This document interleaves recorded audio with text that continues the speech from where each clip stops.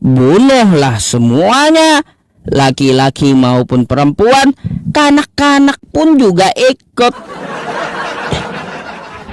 Ini anak-anak tahu apa dengan urusan orang, ya, maupun anak-anak yang menyusu. Masya Allah, ya, ngeri kali ini ajaran. Bahkan kagak usah anak-anak yang menyusu, ya, selain manusia pun hewan juga kena. Lembu dan domba, unta maupun keledai. Yang kagak ada urusan, yang kagak ada salahnya, ya dibasmi juga gitu. Silakan ditanggapi.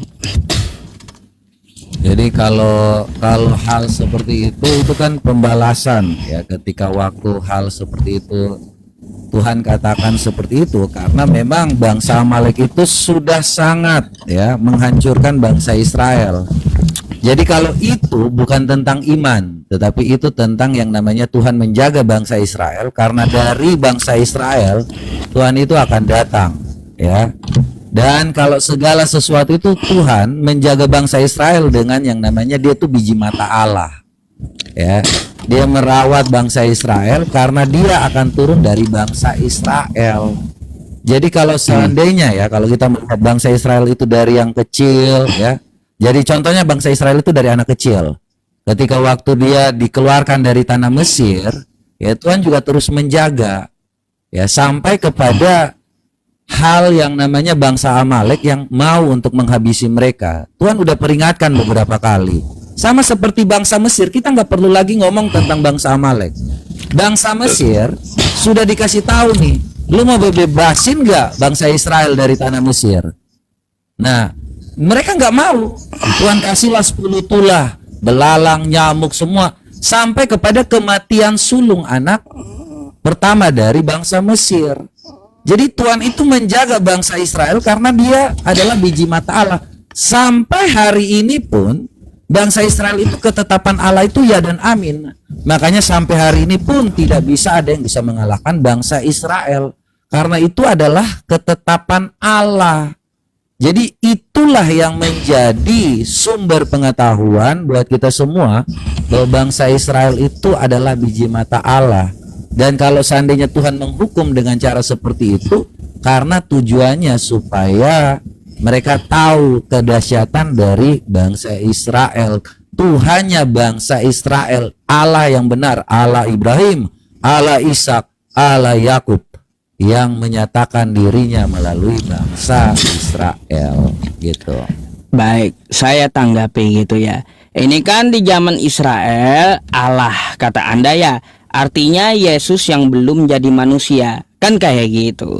Katanya mengajarkan kasih. Kalau tumpas semuanya itu, di mana kasihnya gitu loh. Itu yang saya tanyakan. Kok ngeri kali gitu ya Yesus sebelum menjadi manusia. Tapi ngeri banget yang kagak salah pun juga ikut kena apa? Kena tumbasnya gitu. Kena imbasnya. Jadi kan ngeri banget gitu loh. Di mana ajaran kasihnya, itu yang saya pertanyakan. Terus juga saya mau bertanya, itu orang-orang Amalek yang udah dihukum oleh Tuhan kata Anda, itu masuk surga atau masuk neraka orang Amalek itu? Oke, udah. Dah itu aja dulu. Jadi kalau bangsa Israel itu dijaga seperti biji mata Allah, karena memang bangsa Israel itu yang Tuhan itu udah menjanjikan dari bangsa inilah dia akan hadir. Jadi apa yang Tuhan sampaikan di situ tentang sejarah bangsa Israel, bagaimana kedahsyatan Allah Abraham, Allah Ishak, Allah Yakub ini. Jadi kalau kita melihat sejarah bangsa Israel, dia dirawat dari kecil, istilahnya dari yang belum tahu apa-apa, dia membebaskan keluar dari tanah Mesir. Kemudian sampai kepada yang namanya bangsa Amalek pun ada yang mau untuk menghancurkan bangsa Israel, Tuhan tetap menjaganya. Jadi kalau dibilang bahwa kenapa sih Allah Abraham, Allah Ishak, Allah Yakub itu begitu berkuasa, itu membuktikan kekuasaannya. Jadi sama juga seperti yang kita lihat lah ya. Kalau memang bukan hanya bangsa Mesir, sejak zaman Nuh itu ada air bah, ya kan? Ada air bah yang begitu besar menghabisi semua manusia. Ya Allah menyatakan kuasanya ketika waktu manusia itu tidak mau menyembah kepadanya. Begitu juga kepada Allah Abraham, Allah Ishak, Allah Yakub yang turun ya di bangsa Israel ini. Mereka akan terus dijaga karena memang Tuhan akan hadir dari namanya bangsa Israel. Ya, makanya ketika waktu sudah semuanya sudah digenapi, Tuhan Yesus itu datang untuk menggenapi. Ya, Matius 5 ayat 44, kasihilah musuhmu dan berdoalah bagi mereka yang menganiaya kamu. Itu jelas ya, kasihilah Tuhan Allahmu dengan segenap hatimu, dengan segenap jiwamu, dengan segenap akal budimu. Artinya Tuhan tidak akan mendatangkan lagi yang namanya air bah. Setelah kedatangan Tuhan Yesus tidak akan ada lagi yang namanya air bah. Karena sudah digenapi oleh firman yang menjadi manusia itu. Gitu, bro. Oke, Jadi, udah. caranya menjaga seperti itu. Baik, saya tanggapi jawaban Anda. Saya rasa itu bukanlah sebuah jawaban yang menjawab pertanyaan saya. Kenapa? Yang saya pertanyakan itu adalah tentang masalah di mana letak kasihnya. Ya, Tuhan Anda sebelum jadi manusia. Kata Anda dia menunjukkan kekuasaannya, ya, karena dia berkuasa melindungi Israel, karena Israel adalah biji matanya, kan kayak gitu bahasa Anda tadi. Yang saya mau tanya, di mana bentuk kasih Tuhan Anda kalau anak yang menyusui pun juga harus dibonoe gitu. Kagak usah anak-anak yang menyusu, hewan yang kagak ikut perang aja, yang kagak tahu apa-apa juga harus dibasmi. Itu di mana bentuk kasihnya Yesus sebelum jadi manusia? Karena kan pemahaman Kristen ya itu di zaman Yesus yang belum jadi manusia. Kalau Anda mengatakan waktu dia turun ke muka bumi sudah menjadi manusia mengajarkan kasih, konteksnya beda lagi. Yang saya tanyakan, di mana bentuk kasihnya ketika anak-anak menyusu itu juga harus dibasmi? Itu tolong pakai data. Terus yang kedua pertanyaannya, itu bangsa Amalek setelah dihukum oleh Tuhan kan kayak gitu, itu masuk surga atau masuk neraka itu bangsa Amalek itu? Silakan. Itu yang saya tanya.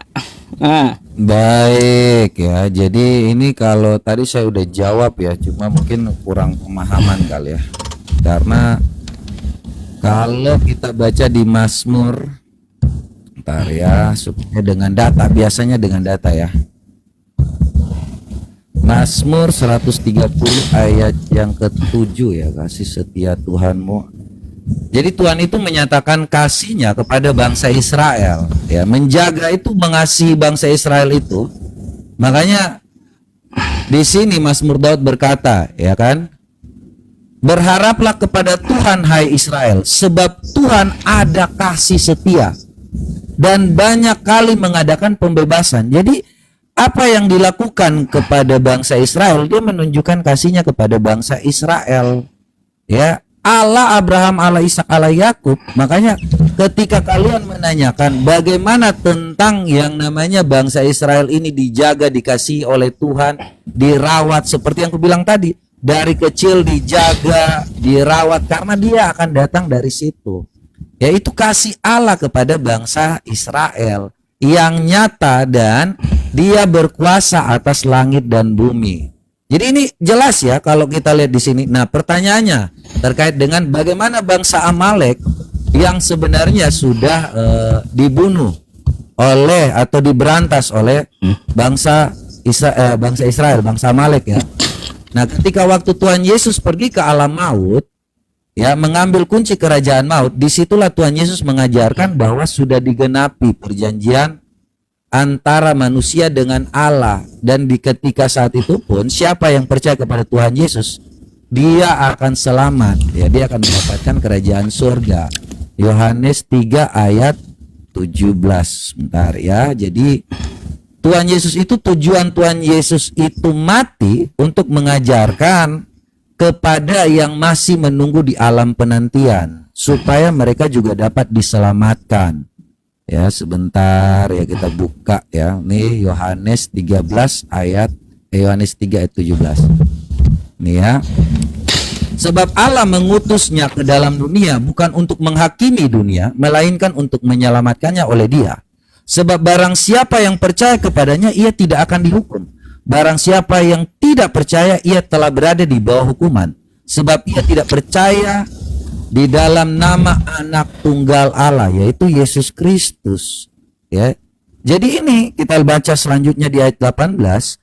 Inilah hukuman itu terang dan telah datang ke dalam dunia, tetapi manusia lebih menyukai kegelapan daripada terang, sebab perbuatan-perbuatan jahat mereka. Jadi orang-orang yang tidak percaya kepada Tuhan Yesus, dia tidak akan selamat. Jadi apa yang disampaikan di dalam perjanjian baru atau setelah Tuhan Yesus datang, dia juga mengajarkan ke alam maut untuk kebenaran firman Allah yang sesungguhnya. Ada lagi? Baik, kawan, saya itu belum dapat poinnya loh dari penjelasan Anda.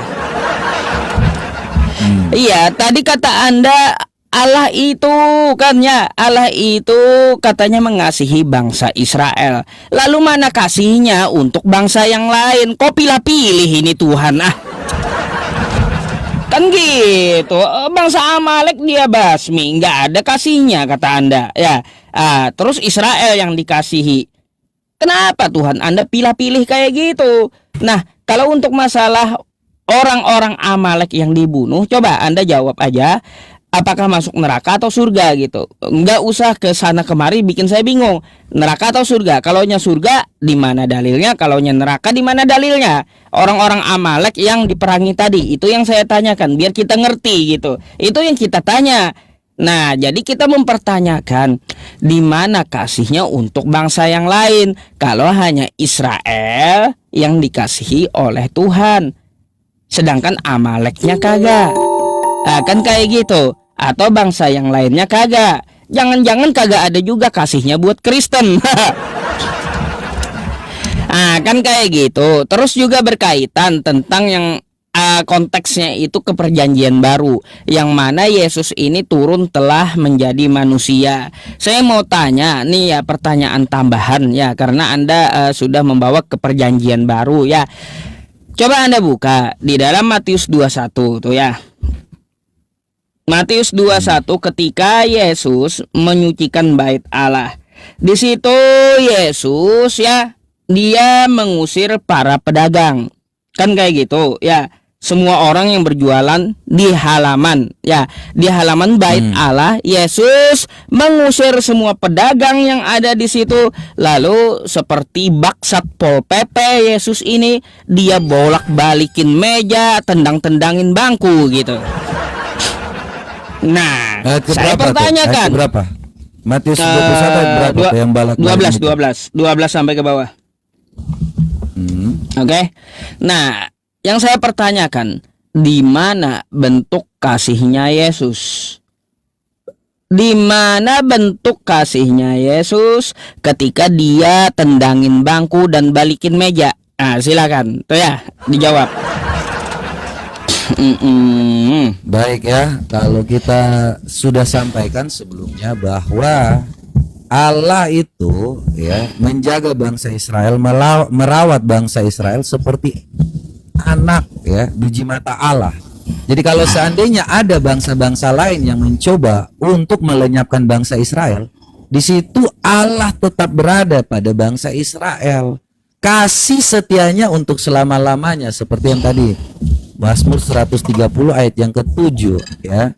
Jadi melalui bangsa Israel Allah itu akan turun, makanya tidak akan pernah berkesudahan.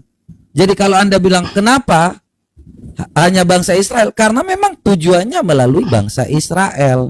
Belum yang lain ini mereka belum mengenal Allah yang hidup, Allah yang seperti apa. Makanya ada yang namanya pagan ya, mereka masih menyembah berhala, mereka masih melakukan penyembahan terhadap yang namanya berhala-berhala ya, mereka masih nyembah batu. Dan apa yang ada pada bangsa Israel, disitulah yang Tuhan sampaikan bahwa Tuhan menetapkan bangsa ini supaya dialah yang akan menjadikan bangsa Israel ini turun ya, sebab dia akan turun dan keluar dari bangsa Israel. Nah, kalau kita melihat pertanyaan saya tadi ya, pertanyaan Anda tadi, bahwa apa namanya? Siapa yang akan masuk surga? Sudah aku bilang bahwa nanti Tuhan Yesus yang akan mengadili. Ketika mereka percaya kepadanya, maka dia tidak akan binasa, melainkan beroleh hidup yang kekal. Yohanes 3:17 saya kira sudah sangat jelas ya, bahwa di situ dikatakan apa yang ada, yang percaya kepadanya tidak binasa, melainkan beroleh hidup yang kekal. Ini pertanyaan ke-7 tadi apa lagi ya? Matius 21 ya. Ini saya satu Ya, pertanyaan. Matius 21. Anda 7 Matius 21 terkait 12 dengan ke bait bawah Allah tuh. ya. Nah, ini ya. Jadi kalau ini disampaikan ya, lalu Yesus masuk ke bait Allah ya, mengusir semua orang berjual beli di halaman bait Allah ya, ia membalikan meja menukar dan bangku-bangku pedagang. Ingatlah ya, bahwa teman-teman semua tahu bahwa ini adalah bait Allah, rumah Allah. Jadi ini bukan sekedar yang namanya masjid ya, atau ini bukan yang namanya tempat berhala lainnya ya. Ini adalah bait Allah bangsa Israel, di mana Tuhan Yesus itu disucikan di situ. Kenapa tiba-tiba, contohnya lah ya, bait Allah ini adalah rumah Allah. Terus tiba-tiba Anda ya, ini saya kasih analogi yang gampang. Anda punya rumah, kemudian orang datang masuk terus ngatur-ngatur di rumah Anda. Bagaimana Anda nggak marah sebagai seorang yang punya rumah? Ya, bagaimana aturan Anda tiba-tiba orang yang datang ya terus masuk ke rumah Anda seenak jidatnya, pakai rice cooker, masak nasi sembarang, bikin halaman kotor segala macam, tentulah dia sangat marah. Jadi kalau kita lihat di sini ya, ini adalah Yesus menyucikan bait Allah. Jadi bait Allah itu bukan tempat yang namanya berdagang. Lalu Yesus masuk ke bait Allah dan mengusir semua orang yang berjual beli di halaman bait Allah. Ia membalikan meja-meja, menukar uang dan bangku-bangku pedagang merpati. Nah, di sini dia katakan, dia bilang ini rumahku. Dan berkatalah kepada mereka, ada tertulis rumahku akan disebut rumah doa, tetapi kamu menjadikannya sarang penyamun. Makanya di situ kasih yang nyata yang Tuhan Yesus sampaikan kepada kita semua. Jangan jadikan rumahku sebagai rumah doa ini sebagai sarang penyamun. Bukan tempat lu buatin yang namanya belanja-belanja, bukan lu di situ tukar duit.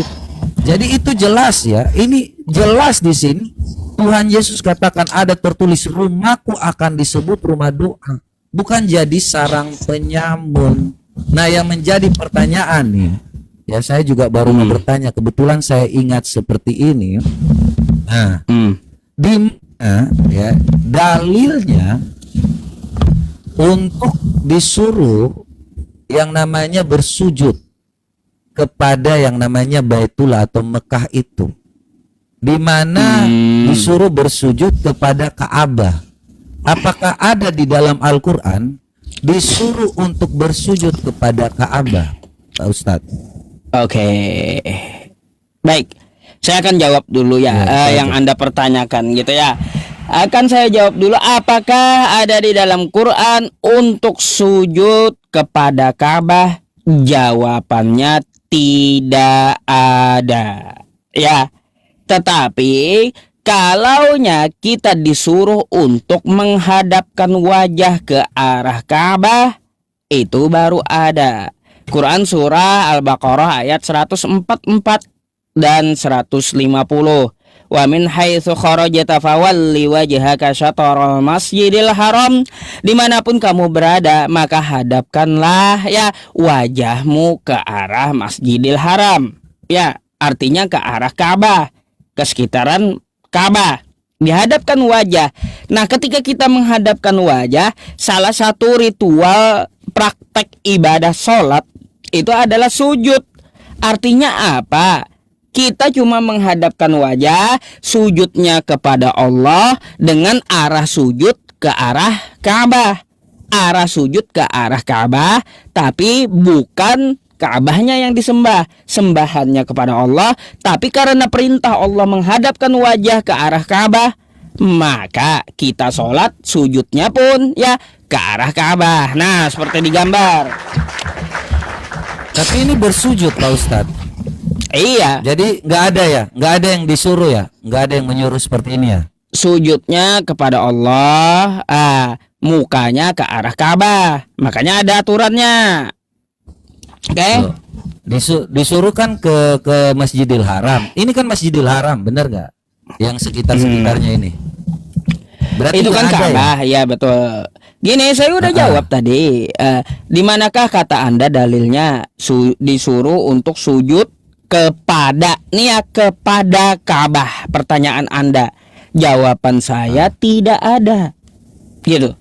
Tidak ada. Jadi ini salah ini. Bentar dulu, makanya saya jelaskan. Oh, iya. Tapi kalau perintah wajah kita diarahkan ke Ka'bah, itu ada dalam Quran. Quran surah Al-Baqarah ayat 144. Saya bukakan aja nih ya.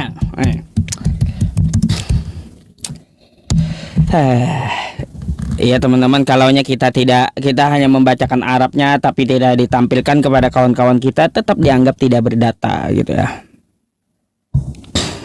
Oke, sabar. Saya ngerti Ayat kok. Kalau itu kan 144. Masjidil Haram itu. Enggak bukan kepada Ka'bah, ke Masjidil Haram loh. Nah, nih, ya, nih.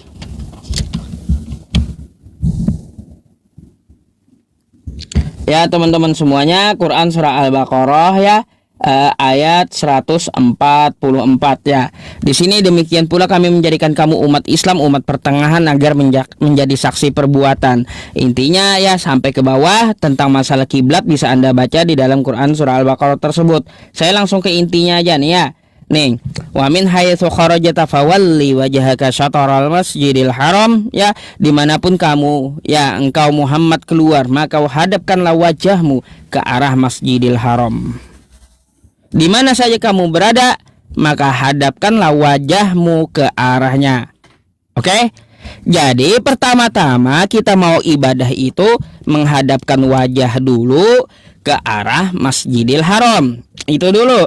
Lalu ya ketika kita ibadah ada namanya ritual sujud seperti Abraham, Musa dan Yesus kan yang bersujud kayak gitu. Nah, ritual sujud sehingga mereka sujud kepada Allah menghadapnya ke arah Ka'bah gitu maksudnya. Bukan berarti menyembah atau sujudnya itu kepada Ka'bah, bukan. Wajahnya aja ke Ka'bah, yang disujuti adalah Allah Subhanahu wa taala. Karena Ka'bah itu adalah sentral ibadah sebagai apa? Sebagai arah gitu, arah pemersatu ibadah umat Islam di dunia. Bukan berarti Ka'bah itu adalah Tuhan, bukan ya. Tuh Ustaz, dalilnya. sedikit aja. Ini Ka'bah dengan Masjidil Haram beda nggak? Ka'bah ya Masjidil Haram itu di dalamnya Ka'bah. Masjidil Haram itu seputarannya. Beda nggak ini? Masjidil Haram, Ka'bah ya Ka'bah. Kalau Masjidil Haram, Ka'bah. Ini disuruhnya menyembah kemana? Melihat Iya, mengadahkan ke arah Masjidil Haram. Jadi di dalam Masjidil Haram itu ada Ka'bah, maka pusatnya di situ. Karena kan di Oh, tengah-tengah dia. Jadi yang jadi dulu itu Masjidil Haram atau Ka'bah? Yang jadi Ka'bah dulu. Jadi Oke? waktu itu gimana? Maksudnya ini ayat ini sebelum adanya Masjidil Haram atau Gini, yang namanya masjid, Anda perlu tahu, masjid itu bukanlah bangunan seperti yang Anda lihat, bukan ya. Gini, yang namanya masjid itu adalah tempat sujud. Masjidil Haram artinya tempat sujud yang suci. Nah, tempat sujud yang suci itu di mana? Di sekitaran Ka'bah. Gitu, makanya diputar pakai bangunan sekarang. Dinamakan Masjidil Haram, tempat sujud yang suci. Jadi, yang pertama itu adalah Ka'bahnya, ya, bukan Masjidil Haram lebih dulu, bukan. loh? Oke? Sebentar. Ini masjid bukan bangunan. Bukan. Kata siapa masjid bangunan? Loh ini Sahih Bukhari 227. Baik, ini saya kasih tahu ya kosakatanya ya. Masjid. Kosakata masjid dari kosakata sajada yang artinya sujud, yasjudu dia bersujud, sujudan orang yang melakukan sujud, kan kayak gitu bentuk sujudnya, kelakuan sujudnya. Terus masdarnya ya isim masdar ya, isim masdarnya itu adalah masjid, yaitu tempat orang bersujud, bukan bangunannya. Seluruh bumi yang terhampar ini tempat bersujud kepada Allah. Kayak gimana sih?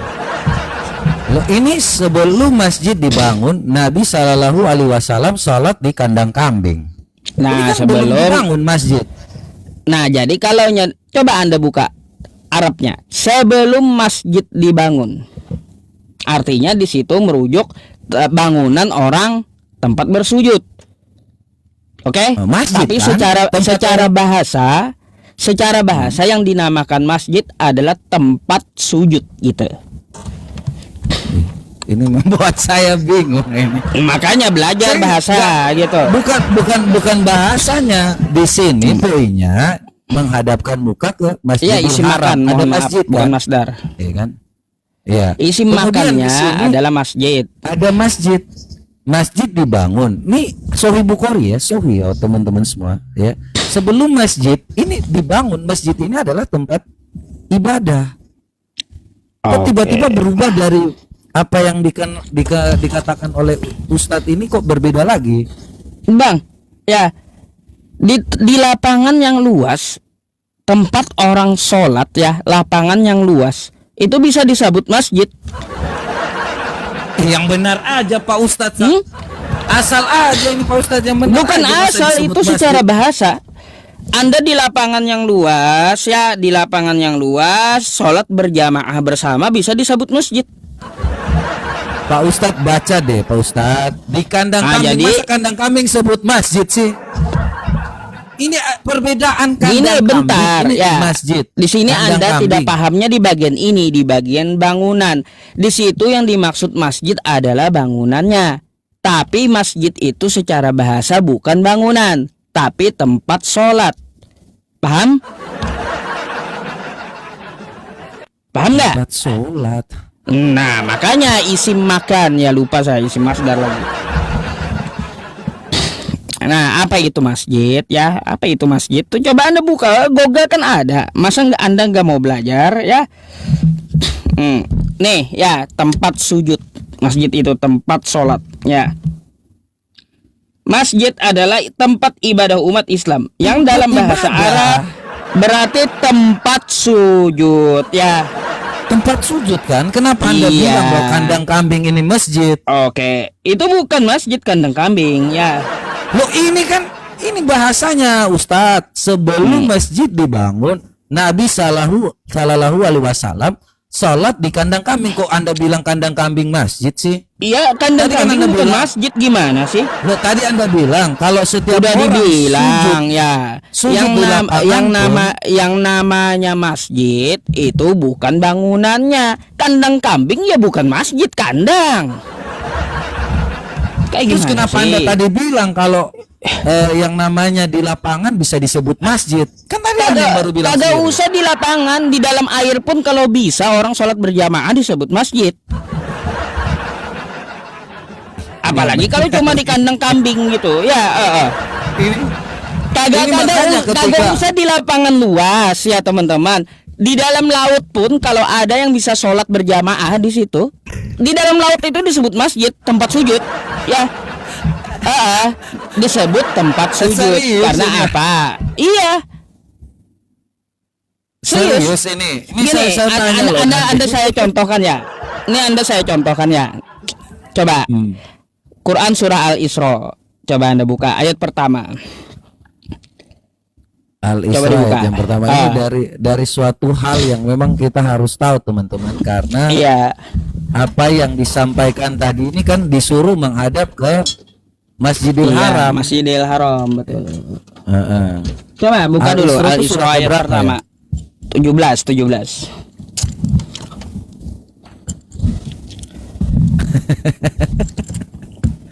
Aduh, Coba ini dibuka bagaimana dulu, ini? tampilin di layar biar ngerti. Oke nih. Ya.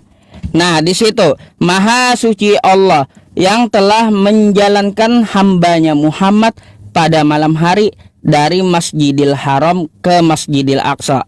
Pada saat ayat ini turun, nggak ada bangunan yang kayak sekarang itu. Masjidil Haram tuh nggak ada. Nggak ada bangunannya, cuma Ka'bah aja baru ada gitu. Tapi sudah disebut Masjidil Haram. Artinya bukan bangunan masjid itu, ke Masjidil Aqsa. Masjidil Aqsa pun belum ada bangunannya. Tapi apa Masjidil Aqsa itu? Adalah tempat sujud para nabi yang paling jauh dari Mekah. Gitu. Artinya yang dinamakan masjid itu isim makan nama tempat. Tempat untuk apa? Tempat untuk bersujud. Makanya saya bilang di tengah lapangan pun kalau ada orang sholat berjamaah bisa disebut masjid. Kenapa? Karena disitulah tempat sujud mereka. Jadi kandang kambing ini disebut masjid juga nanti? Bukan masjid, bukan kandang kambing ya kandang. Tadi kan bilang. Tadi bilangnya kalau lapangan bisa jadi kambing masjid. Ya kambing, ya kandang ya kandang, namanya aja tempat kandang kan gitu. Iya kan ini tempat sebelum masjid dibangun. Kalau gitu ini kandang kambing juga nanti disebut masjid Pak Ustadz. Nah, kalau kan orang tahu lah, bisa membedakan kan. Sekarang kandang kambing jadi di syariat Islam pun juga tidak dipakai untuk tempat sujud. Karena kan ada kotoran kambing, nggak mungkin lah orang pakai kandang kambing. Tapi karena ya di situ di masjid ya Nabi Muhammad ya sebelum masjid dibangun Nabi Muhammad Shallallahu Alaihi Wasallam sholat di kandang kambing. Nggak ada di situ disebutkan Nabi Muhammad sholat di masjid kandang kambing, nggak ada. Jadi yang namanya kandang ya kandang, ya masjid ya masjid. Tadi kan ada tambah-tambahin nanti ada pula masjid kandang kambing. Tadi Anda yang bilang kalau lapangan bisa disebut masjid. Bisa. Ya kan? Bisa. Kalau kandang kambing bisa nggak nih? Ya kalaunya kandang kambingnya dibersihkan kan kayak gitu ya, nggak ada kambingnya di situ, cuma kandangnya yang bersih lalu dipakai untuk tempat sujud ya bisa, karena apa, masjid itu bukan bangunan tapi tempat sujud gitu. Jadi artinya apa? Nabi itu sholat di kandang kambing, nggak ada kambingnya, nggak ada kotoran tapi bersih gitu. Nah, kandang kambing itu dibersihkan lalu dipakai untuk tempat sujud gitu maksudnya ya. Karena apa ya? Nih ya saya jelaskan, semua bumi ya tempat sujud nih ya. Kami punya dalilnya masalahnya ya. Nih biar saya kasih tahu sama Anda.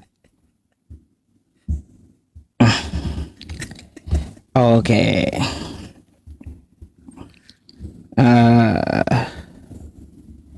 Nih. Nanti kalaunya kita tidak menunjukkannya teman-teman yang dikatakan oleh Nabi ya. Nih ya.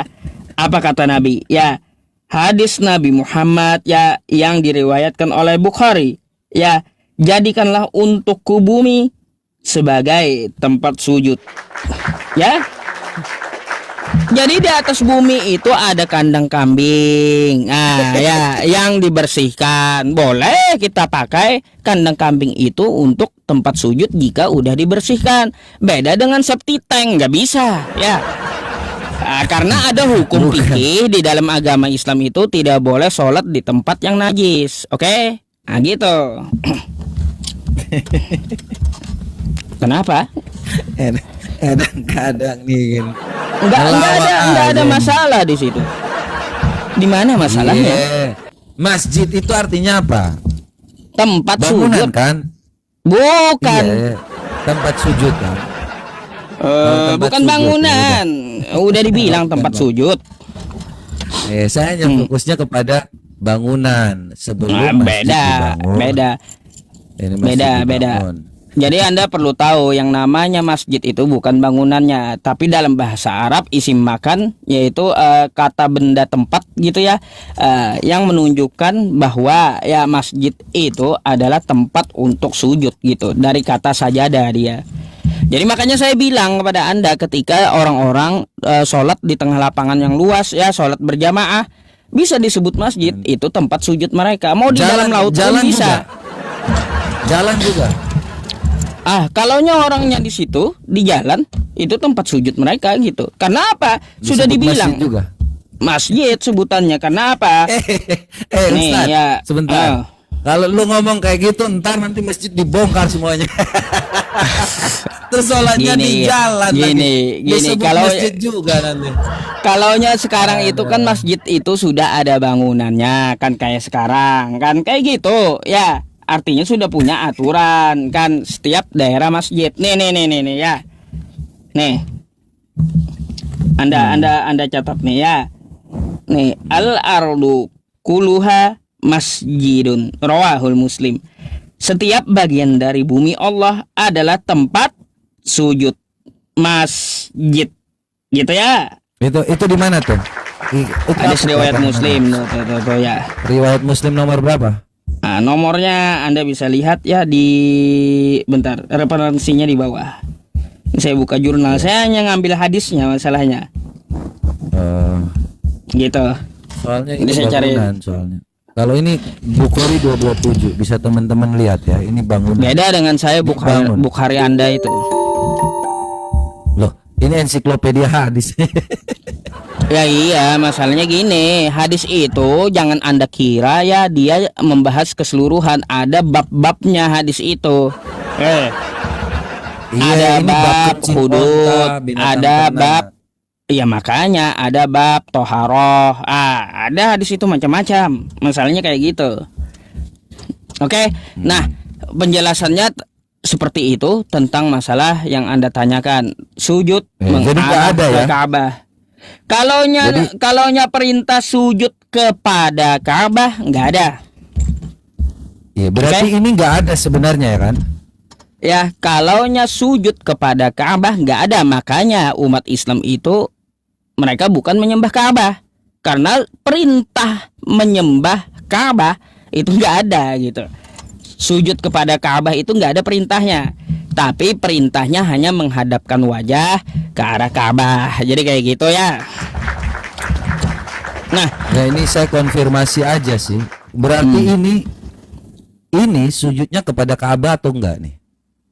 Itu sujudnya menghadapkan wajahnya ke arah Ka'bah.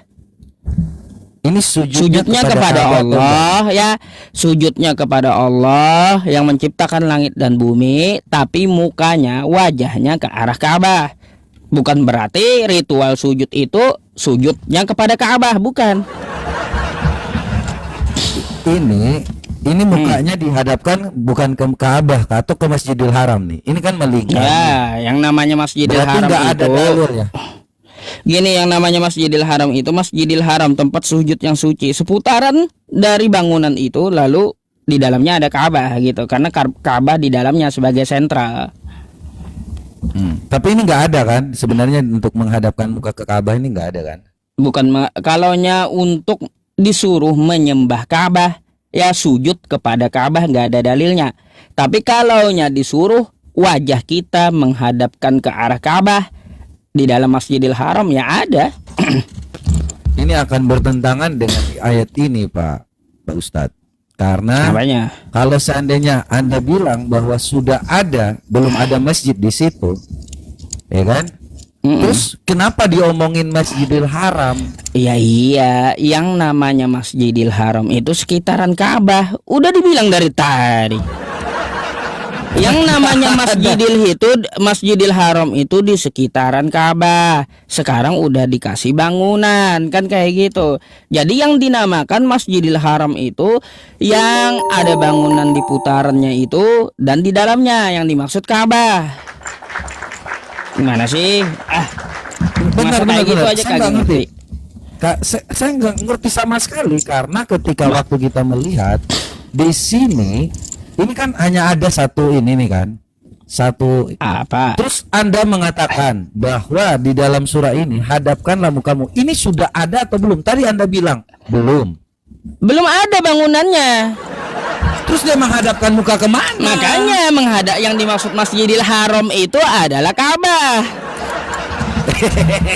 Tempat Ka'bah ya, sujud yang Ka'bah. makanya tempat sujud yang suci apa namanya? Ka'bah. Aduh. Nih, Udah sebenarnya dibilang masjid bukan- masjid itu bukan bangunan, bukan yang dikelilingi itu, bukan. Ya, bukan. Yang dinamakan Masjidil Haram, tempat sujud yang suci, bukan bangunan, tapi seputaran Ka'bah. Oke. Mantap Ini, sih. coba saya ingin tahu Pak Ustadz. Ini Ka'bah ini Allah tahu nggak ini Ka'bah? Tahu. Terus Masjidil Haram ini kalau memang disuruh untuk menyembah ke arah Ka'bah, kenapa harus ditulis Masjidil Haram? Ya Kenapa nggak iya, ngomong langsung Ka'bah? Gini bang, ya kalaunya Allah mengatakan, ya maha suci Allah yang telah memperjalankan hambanya pada malam hari dari Ka'bah, artinya dari atas Ka'bah, ya. Bukan sekitaran Mekah. Yang dimaksud Masjidil Haram itu dari sekitaran Ka'bah, ya, atau di Mekah. Yang dimaksud kayak gitu. Kalau kau mau bahasanya pada malam hari dari Ka'bah, artinya dari Ka'bah Nabi Muhammadnya, ya. Loh, Sedangkan memang kan Nabi- kejadian Isra Ini bukan Mi'raj Nabi itu dong. bukan dari Ka'bah, ya. Ini dulu Aduh. tempat tinggalnya Abdullah kan? Aduh. Tempat tinggal Abdullah. Abdullah siapa? Iya. Abdullah kakek Nabi. Abdullah siapa? Kakek Kakek Nabi. Nabi kan? Ngaco. Ngaco. Benar nggak? Dia penjaga Ngaco, ngaco. rumah Allah kan? Aduh. Setahu saya itu benar nggak sih? Salah.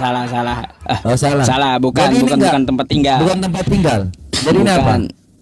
Jadi itu Ka'bah itu sebelumnya sebelum Islam datang dijadikan oleh para pedagang atau gujarat di situ sebagai tempat penyembahan mereka, yang mana mereka melakukan dan meletakkan berhala di dalam Ka'bah itu. Nah, gitu. Makanya Oke. ketika Nabi Muhammad datang, ya dengan Islam datang, kagak boleh ada berhala dalam Ka'bah, harus dihapuskan gitu ya.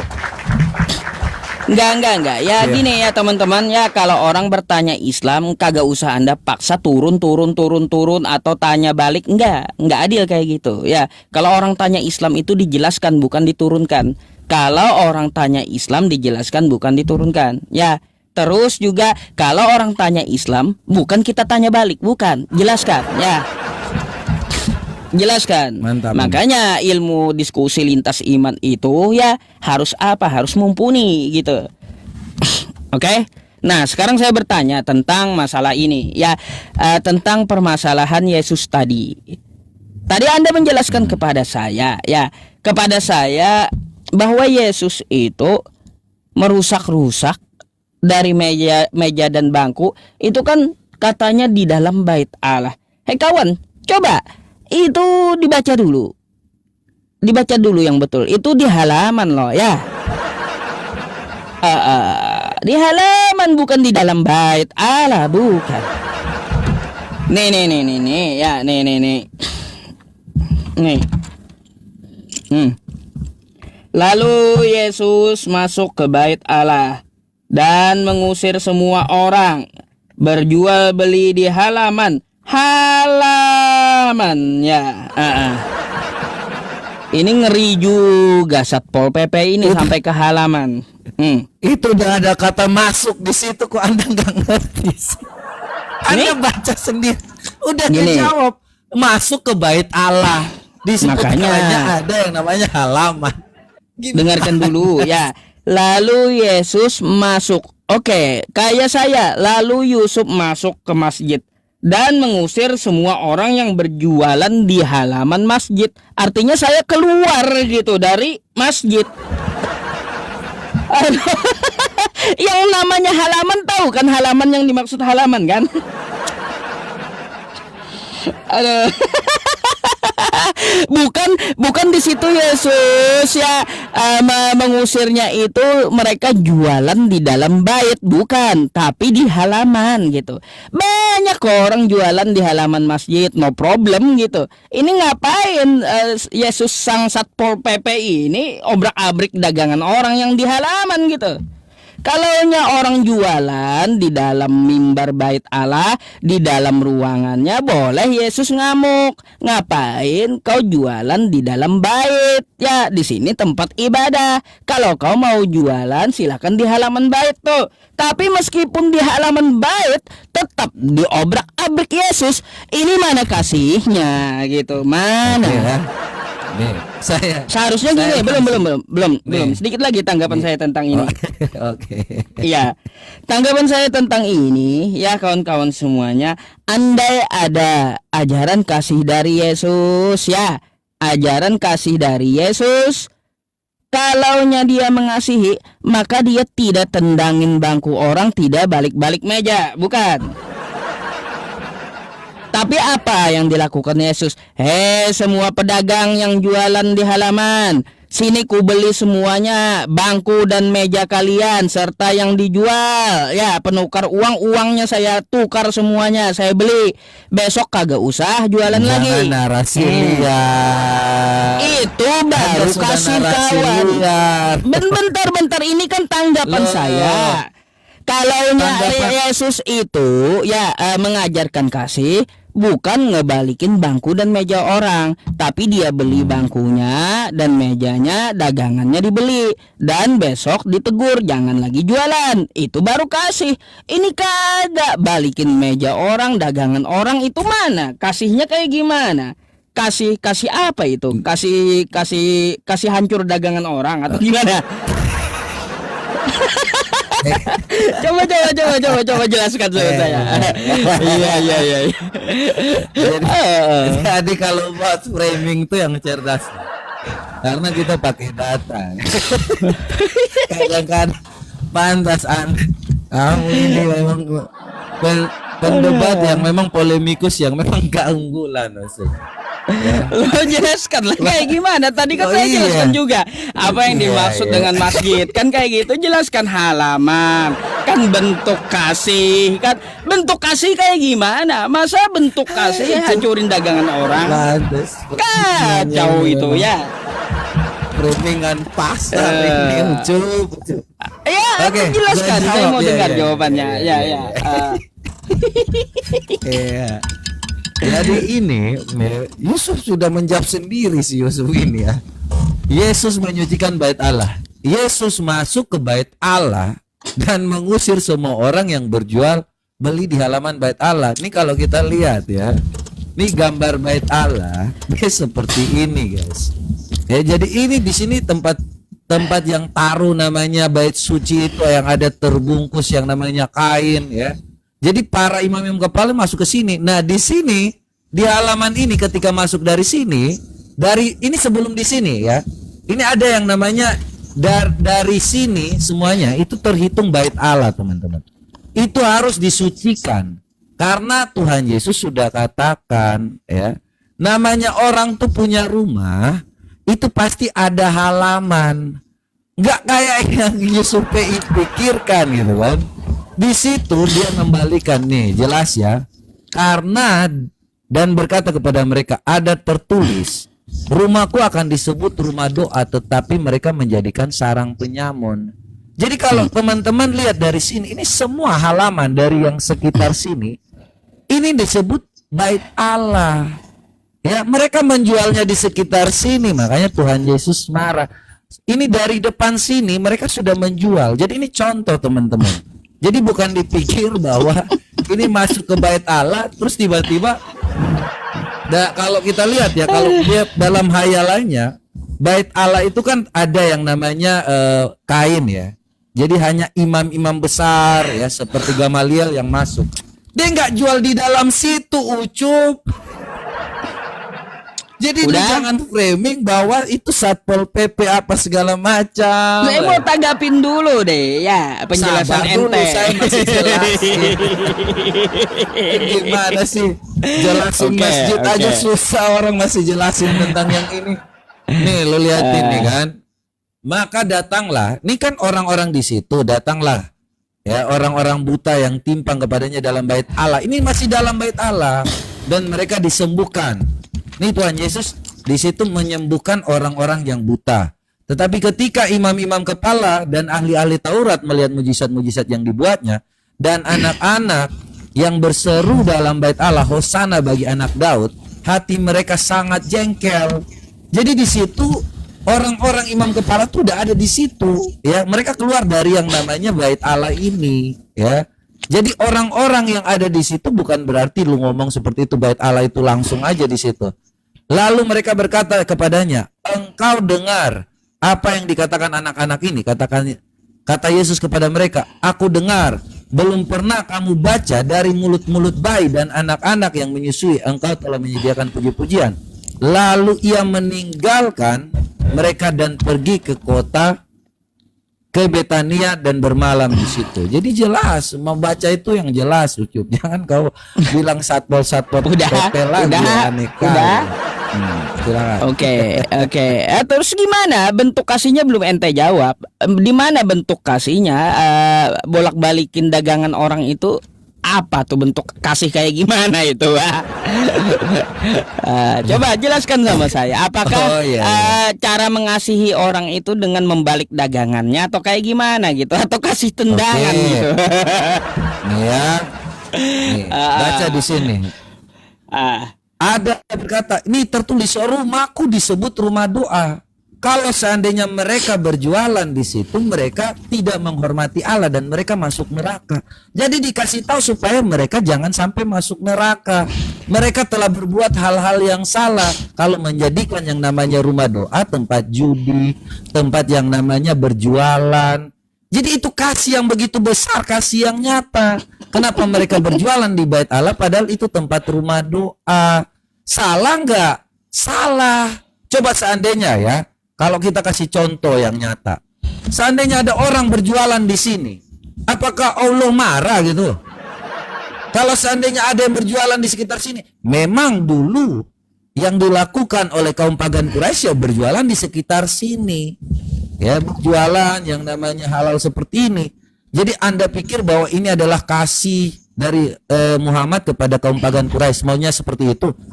Tidak, kalau Tuhan Yesus itu tegas. Jadi di sekitar bait Allah itu harus disucikan. Jadi Udah. itu kasih yang nyata supaya janganlah engkau menjadikan rumah doa. Ini kan sudah ada tertulis. Disebut rumah doa, tetapi engkau menjadikan sarang penyamun. Nanti kamu tidak akan selamat. Sekali lagi, ini hak prerogatif dari Tuhan Yesus.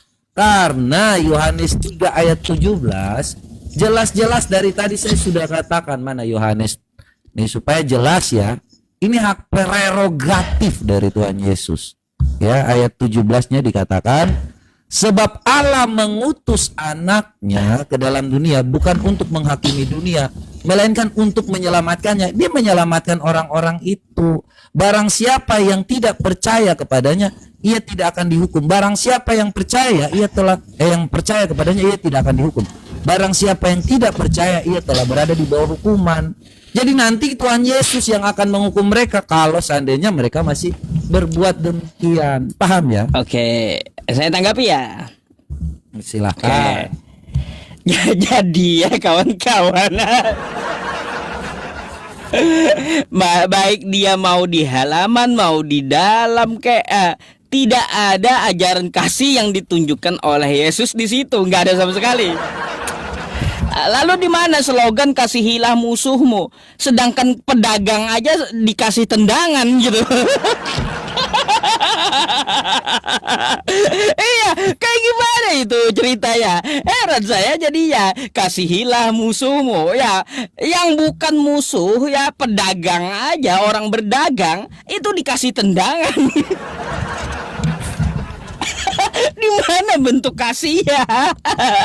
Ya, jadi bentuk kasih itu Kalau Bentar, Anda belum, tanya dikit lagi seperti nih. itu, sebentar saya sampaikan langsung. Oke, ya. oke. Supaya Ente mau ngomong apa? kasih itu ya, kalau hal yang namanya lu udah salah ya, yang penting tidak memotong tangan, tidak mencuri ya. Kemudian dia menyampaikan bahwa itu adalah rumah doa. Ya, apa yang disampaikan tadi sudah sejak saya kasih analogikan bahwa kalau di rumah Anda itu harus tahu nih, rumah saya jangan jadikan sarang penyamun, jangan kau jualan di situ. Dia punya hak untuk bicara di situ, dia punya hak untuk menyatakan kasihnya supaya mereka jangan sampai yang namanya bersalah, jatuh ke dalam dosa. Anda harus tahu itu. Jadi bukan hanya tentang yang ruang maha kudus ini terus lu jadikan sebagai tempat penyamun. Yesus itu marah.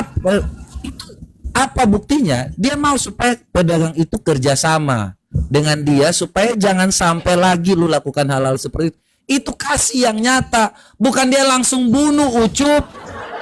Kalau dia langsung bunuh, tanggapi ya, itu sekarang. baru yang namanya dia nggak ngasihi Ucup. Gini ya, sama mata pisau ini kata teman-teman menghujat, tapi bagi saya lucu gitu. Dan satu lagi, satu lagi. Saya Apalagi belum sampaikan. mau ngomong Ya. sih. Gimana? Jadi kenapa? Ini poin penting sih sebenarnya ya, supaya sebenarnya kita buat lucu-lucuan aja tadi sebenarnya. Tetapi di sini kenapa mereka tuh marah ya? Karena rumah doa ini imam-imam Taurat ini ya memberikan yang namanya tempat bagi para penyamun. Jadi ahli-ahli Taurat ini memberikan kesempatan kepada para penyamun, kepada orang-orang itu untuk yang namanya memperjualbelikan, contohnya seperti menukar uang. Jadi memanfaatkan bait Allah yang suci ini untuk kepentingan bisnis mereka. Jadi ini yang menjadikan Yesus itu sangat marah kepada ahli-ahli Taurat ini. Ya, supaya jangan lagi berdagang di tempat yang namanya bait Allah. Ya, kasih yang nyata, dia bukan langsung datang langsung ngekill siapa yang mengganti agamanya, siapa yang berjualan di depan bait Allah maka bunuhnya. Gak ada kayak gitu. Dia merusak semuanya karena imam-imam Taurat itu mengadakan suatu hal yang namanya Ya udah. kolusi Tanggapi ya, dulu. KKN ya, silakan. Jadi ku tanggapi kayak gini ya. Mau ketawa terus ya tanggapannya. Masalahnya gini, kan saya menanyakan bentuk kasih. Ternyata bentuk kasihnya kasih tendangan kan gitu. Nama kasihnya tendangan kasih. Udah dibilang kalau ya dia kasih bukan tendangan kasih yang diberikan gitu. Tetapi ya semua dagangan, bangku dan mejanya Yesus borong, bukan dibalik-balik atau dikasih tendangan kasih gitu. Itu yang saya maksud, nggak ada kasihnya di situ kawan. Terus nih yang kau bawakan ya contoh tadi ya. nih. Tunggu dulu teman-teman ya. Nih gambar bait Allah nih ya. Ini kan bait Allah ya. Nih ya. Ini bait Allah, dinamakan bait Allah kan sekelilingnya toh ya. Tuh. Ya. Nah, yang dinamakan halamannya di mana? Ya depan sini nih dia punya halamannya. Kalau ini bagian dari bait Allah bukan halamannya. Yang halaman nih keluar pintunya, di sini baru ada halamannya. Kalau di dalam ini bagiannya, ya bagian dari bait Allah gitu. Ini halamannya pintunya ya. Nah coba kalau kita lihat Ka'bah ya teman-teman ya. Untuk masalah Ka'bah, nah nih ya teman-teman, ini ya adalah bagian dari Ka'bah. Halaman Ka'bahnya di mana? Nih halamannya banyak orang jualan gedung-gedung ya. Di halaman di sekelilingnya ya nih. Halamannya ya halaman dari Ka'bah boleh orang jualannya. Kalau ini ya masih bagian dari Masjidil Haram bangunannya ya satu putaran. Sama dengan ini ya. Satu putaran ini adalah bait Allah. Kalaunya udah keluar pintu baru ada halamannya. Ya udahlah. Aduh, kawan. Kalau hanya pengertian itu kan menurut pengertianmu. Jadi nggak masalah lah. Yang penting Tuhan Yesus di situ sampaikan karena dia merasa bahwa ahli-ahli Taurat ini semuanya berseberangan dengan apa yang telah tertulis di dalam Alkitab. Jadi kalau Aduh. Anda mau mengatakan halal seperti itu, yang penting puji Tuhan, Yesus tidak melakukan suatu hal yang bertentangan dengan 10 hukum Taurat, ya. Dia tidak membunuh, dia tidak yang namanya melakukan suatu hal kekerasan, bahkan ditampar pun tidak, tetapi hanya merusak yang namanya buah-buah itu, ya. Atau orang-orang yang melakukan hanya membalikan meja, itu bukan suatu hal yang saya kira teman-teman harus mengerti lah secara nalar pemikiran manusia. Jadi tidak dilakukan suatu hal yang namanya tidak dalam bentuk kasih. Ketika orang menegur dengan keras, ketika orang mengatakan dengan keras, bukan berarti itu tidak kasih. Tapi tidak jadi masalah. Itulah yang namanya teman-teman kita dari Muslim, apalagi si Ucup ini yang dengan ya